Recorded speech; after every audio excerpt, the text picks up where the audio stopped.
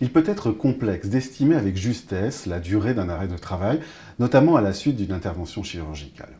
D'autant plus quand des soins post-opératoires sont nécessaires.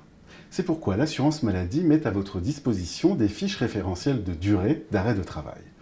Vous y trouverez des durées d'arrêt de référence par pathologie ou par type d'intervention établies après avis de la Haute Autorité de Santé.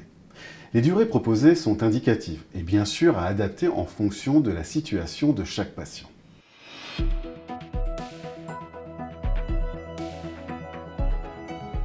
Prenons l'exemple de l'ostéotomie pour hallux valgus. Dans ce cas, la durée de l'arrêt de travail initial est adaptée en fonction de plusieurs facteurs.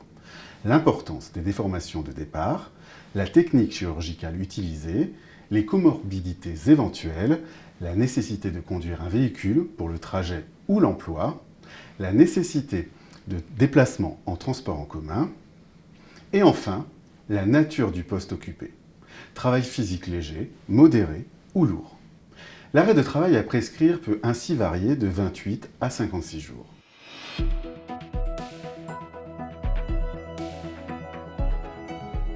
Vous trouverez les fiches référentielles de durée d'arrêt de travail sur amélie.fr, sur l'application Amélie Mémo et lors de la prescription d'un arrêt de travail en ligne sur Amélie Pro.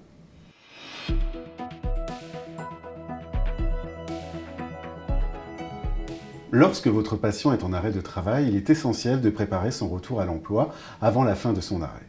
Si la pathologie est susceptible d'entraîner des conséquences sur son activité professionnelle, orientez-le au plus vite vers son service de santé au travail. Quelle que soit la durée de son arrêt de travail, votre patient peut bénéficier d'une visite de pré-reprise. Elle est organisée au cours de l'arrêt à la demande du patient lui-même, du médecin traitant ou du médecin conseil, et depuis la loi du 2 août 2021 par le médecin du travail. La visite de pré-reprise permet au médecin du travail d'envisager la meilleure solution pour accompagner la reprise de votre patient, par exemple une adaptation provisoire du poste ou du temps de travail.